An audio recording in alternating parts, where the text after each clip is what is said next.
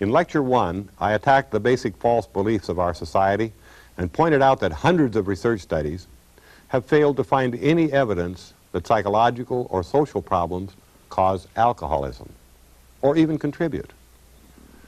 Most such studies are retrospective and, of course, notoriously subject to bias. One recent study deserves special mention because it was a major prospective study, reported in 1983 by Dr. George Valent of Harvard. It puts a capstone on this whole area of research. The study was started in 1940, and it ran through 40 years, ending in 1980.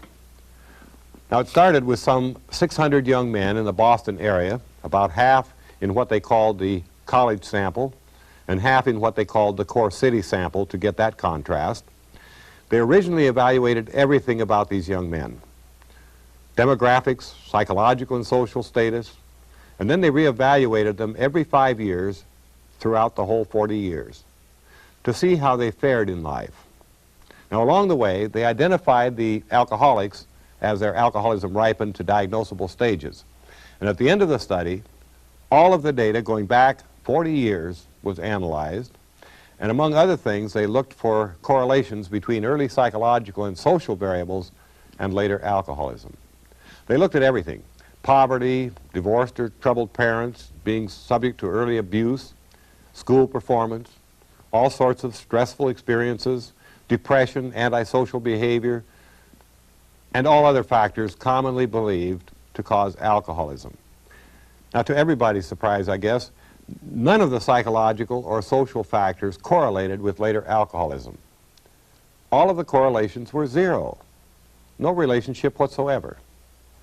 The only factor that came through was the hereditary variable, and that came through loud and clear.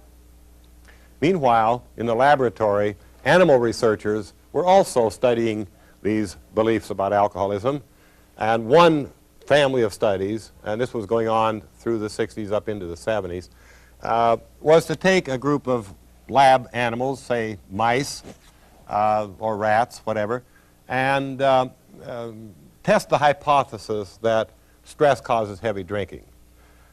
First, you establish how much water they drink and how much alcohol solution when given a free choice.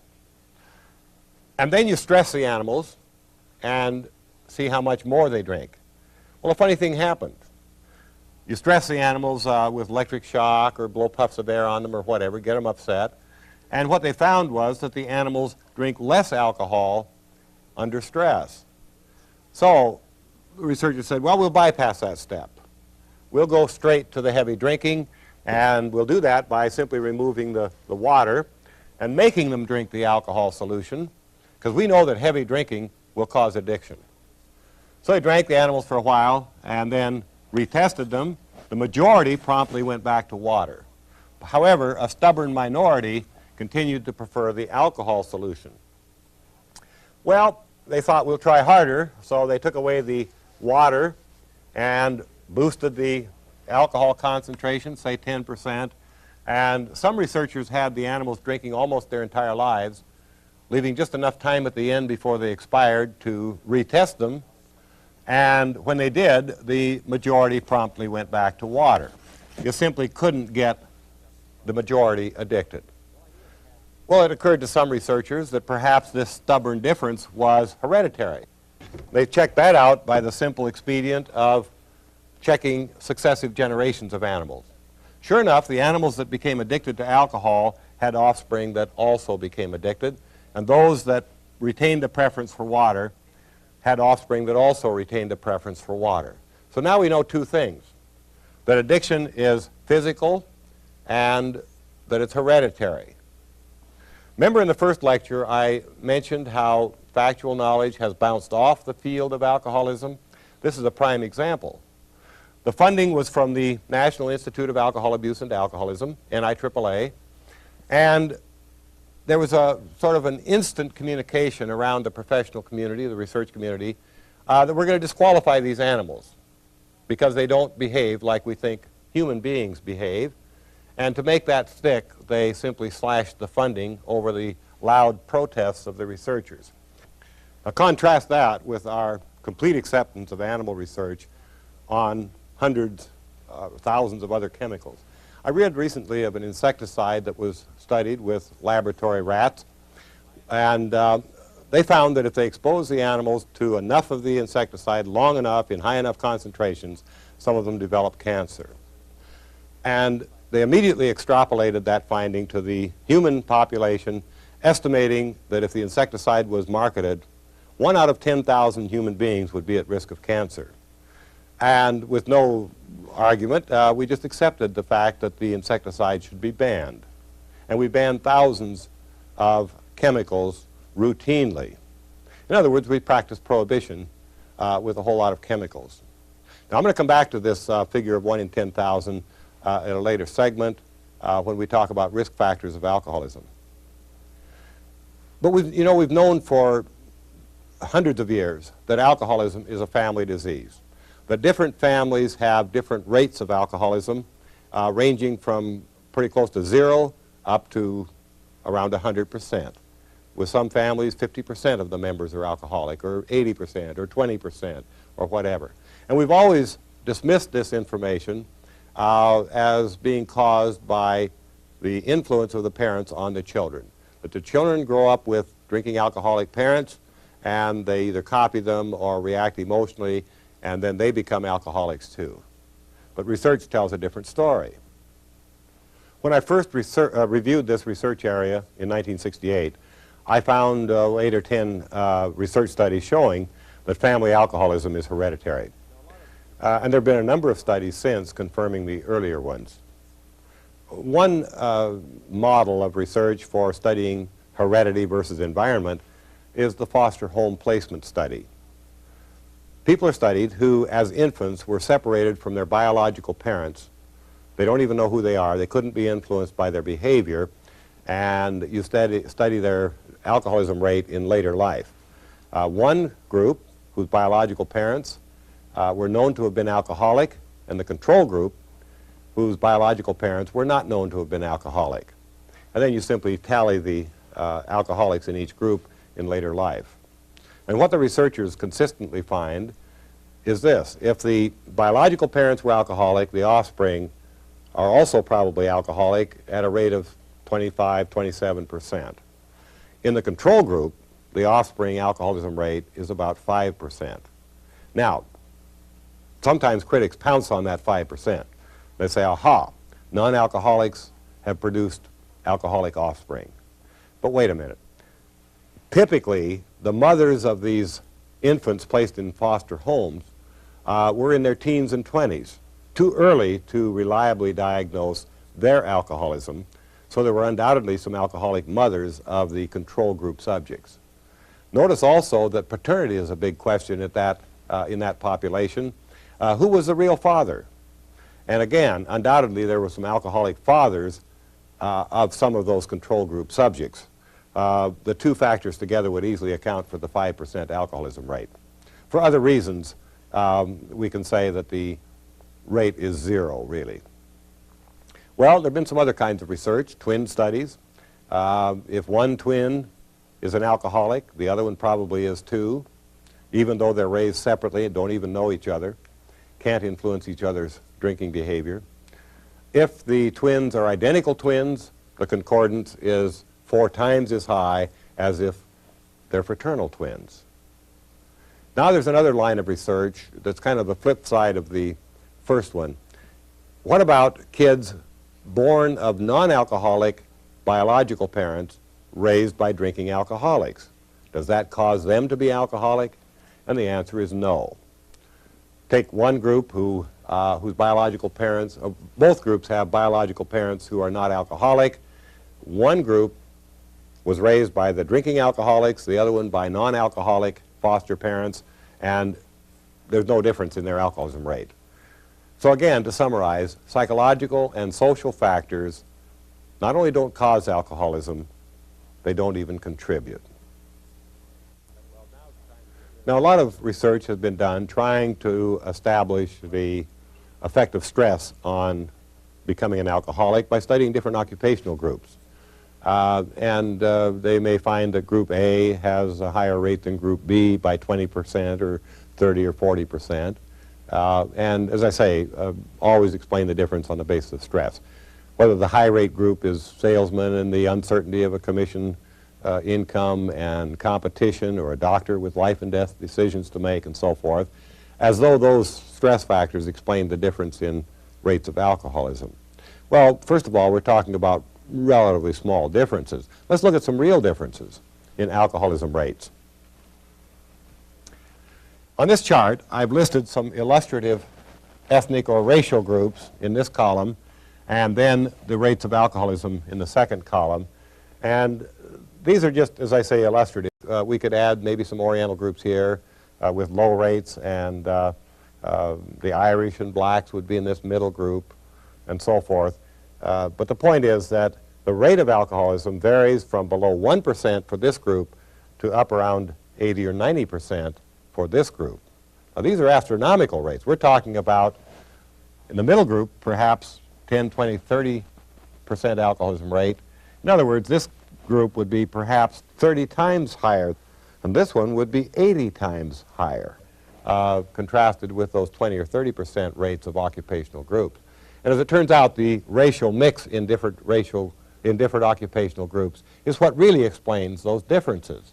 For example, contrast the rate of alcoholism among the mafia with the rate for the average of American clergymen of all faiths. Big difference. The clergymen have a far higher rate of alcoholism. Why? Has nothing to do with their moral fiber or their occupation. You have more Italians in the mafia and a higher percentage of Irish and Scandinavians, this middle group, among the American clergy, and that's what comes through in the occupational studies. Hardly ever mentioned, but that's what's accounting for those differences. Now, we've always tried to explain these differences on the basis of cultural factors. That this middle group, there are a lot of Protestants in here, and our favorite whipping boy, the Puritan ethic, comes up again, that these people have high rates of alcoholism because they're so emotional about alcohol. They think it's evil, sinful to drink, and when they drink, they feel guilty, they lose control and become alcoholics. Well, these people, having bought that nonsense, pass it on to these people, the Native Americans, and say, well, they have an even higher rate because of their seething resentment against the white man, because of their unemployment, because of their poverty, because of their poor self-image. When they drink, they go wildly out of control and become alcoholics. Well, as I said, this is all nonsense. What's really going on is revealed in history.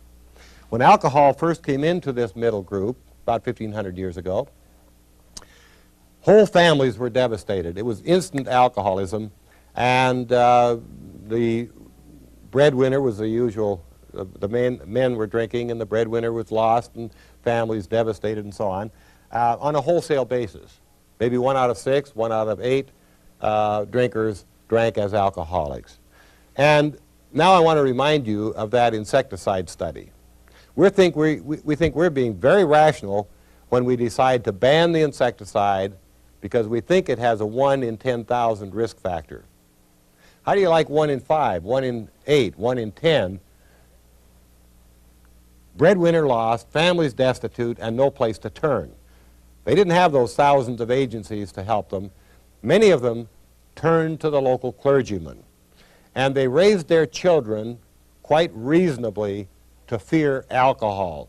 Don't drink it, it's dangerous, it's destructive, and they did everything they could to protect their families from this devastating chemical. And on the record, they were being quite realistic when you think of this astronomical risk of alcoholism. What about the Native Americans? Is their rate so high? Have we really forgotten that when they still owned the country, they were a proud, brave, highly developed people? Their rate of alcoholism was even worse. It was instant alcoholism. Firewater was firewater from the very beginning. And to say that their high alcoholism rate is caused by how the white man was going to eventually treat them is simply absurd. They have a genetic high risk of alcoholism, and they need to know that. Now, in this middle group, we see something called the skip phenomenon. Because of the devastation of alcohol, the next generation very often goes dry. They simply don't drink. They saw what happened to father or grandfather, and they abhor alcohol. They stay dry, usually in a religious setting. But their children don't know about the family history of alcoholism. People are ashamed of that. They don't say grandpa was a drunk or an alcoholic. So the kids grow up and notice that their friends are drinking. They don't seem to be having any special problem. And so they take up drinking, and now you see another outbreak of alcoholism in the family. And so it goes through the generations. Now sometimes you'll see drinking alcoholics and total abstainers in the same generation. When counting the number of alcoholics in the family tree to calculate the risk factor, don't overlook the total abstainers. They're almost always genetic alcoholics. Of course, they could never know that unless they drank. I know several families like that personally. I've known them for several generations. Everybody in the family is alcoholic. So what you see are drinking alcoholics or total abstainers, and there are no other choices. Now imagine, remember in the first lecture I talked about that educational campaign in the schools? Teach people to drink responsibly and they won't become alcoholic. Imagine, here you have a little Irish kid, everybody in the family is alcoholic. You say the average in America is 1 alcoholic per 10 drinkers. So your risk factor is 1 in 10. You missed him. In his family, the risk is just about 100%. And then you tell him, if you drink responsibly, you won't have to worry about it. You really lied to him. You really seduced him into the trap of addiction. Sitting next to him may be a little kid from this first group, a Jewish family, Italian family. He's never seen an alcoholic in the family. Everybody drinks for generations. Some of them are Republicans or Democrats. Some of them are crazy. There are all kinds of people in the family, but never an alcoholic. And you just told him his chances are 1 in 10, and if he drinks responsibly, it won't be him. You just set up another generation to completely misunderstand alcoholism. These people and these people should be outraged at the insulting, patronizing distortion of their reality. As one of my Indian friends said recently, if you can play Russian roulette, you might consider it with 1 out of 10 chambers loaded. But when you know that 9 out of 10 are loaded, you've got to be absolutely insane to even consider it. Now, with such extreme differences in alcoholism rates, the question comes up as to how you might get from a high rate of alcoholism to a lower rate. And I'll show that with these next 2 columns. First of all, the age of onset. This would be how long does it take for alcoholism to get to serious stages, so to speak, to progress into the stages where it disqualifies people from normal activities. These people, it's sort of instant alcoholism, very early onset. These people, a little later in life, and if these people are alcoholic, it comes considerably later. And then on the last column, years of exposure refers to the time that different groups have had alcohol available in quantity so that the alcoholics among them could drink alcoholically, and it takes a lot of alcohol to do that. For this group, 300 years. For this group, some 1,500 years. And finally, this group had alcohol available in quantity, some 7,000 years, conservatively. And the way nature gets you from a high rate of anything to a lower rate is by natural selection. You kill off the susceptibles, and the gene pool shifts toward immunity. For example, the bubonic plague came to London around 1400. Nobody knew what caused it, how to stop it, how to prevent it, how to treat it. They simply had to endure it. It was there 2 or 3 years. All of them were exposed. Any good encyclopedia will tell you that half the population of London died of the plague in that one episode. The plague came back about 300 years later. By then, London had been repopulated, for the most part, by the survivors who had the natural immunity. And they passed on that immunity, and so when the plague came back, you would expect the death rate to be lower. Well, as a matter of fact, it was. The second time around, 1 out of 7 citizens of London died of the plague. So you went from a half to a seventh on one cycle of the plague. Now, alcoholism doesn't come in 300-year cycles. It comes every day. But the same principle seems to be involved. I did a little sample of this group, some Native Americans, in about 1968 when I first pulled this material together. And I don't claim that that's a very sophisticated study, although it's better than many things that I read in the literature. I checked the reproduction rates. And my sample of 50 male Indians, Eskimos, and Aleuts, they had had less than 1 child per individual. Their families of origin averaged 7 children per family. So you have a 7-to-1 rate. Why aren't these people reproducing? The early onset. They're busy during those prime reproduction years of their teens and 20s. They're busy instead being drunk and sick and crazy and in and out of jail and in and out of trouble, and they don't get around to reproducing in anything like normal numbers of children. Now, what this means is that the alcoholic members of these groups are not going to be as well represented in the subsequent generations, and if you do that for enough hundreds of years, you should get to a lower rate of alcoholism. And notice that it'll take longer to get from a medium rate to a low rate because the age of onset moves up. In other words, many of these people in this middle group have already started more normal-sized family before alcoholism interferes with reproduction. Well, that's the way nature does it.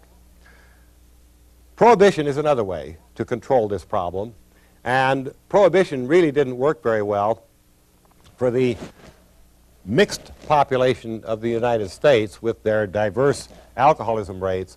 But let me point out to you that prohibition has and is working very well for subpopulations at high risk. I mentioned various church groups who practice total abstinence, raise their children to practice total abstinence, and this seems to be working very well, thank you, for many subpopulations. This is the group that should seriously consider that, and I'm very happy to say that it's happening. When I was in Alaska recently, I learned about the Alkali Lake Indians who some 15 years ago, more now I guess, began the process of getting sober. First with one woman, then her husband. A fellow named Ed from AA used to come in, help them get AA started there, and then they attracted others, and after about 15 years, the whole village, the whole tribe had gone dry. And they've done a film on this that would be well worth getting. The transformation is absolutely phenomenal. From 80% unemployment, they've gone to something like 85% employment. Their industries are thriving, new heavy equipment in their lumber, in their logging industry. They've rediscovered their culture, reincorporated it. The schools have been vitalized. The whole community is completely transformed by sobriety. And that's been an inspiration for other villages and tribes in the northwest of Canada and Alaska. And on my last trip, I was told that about 1/3 of those people have already started the process of total abstinence. They should be strongly supported and encouraged in this life-saving activity.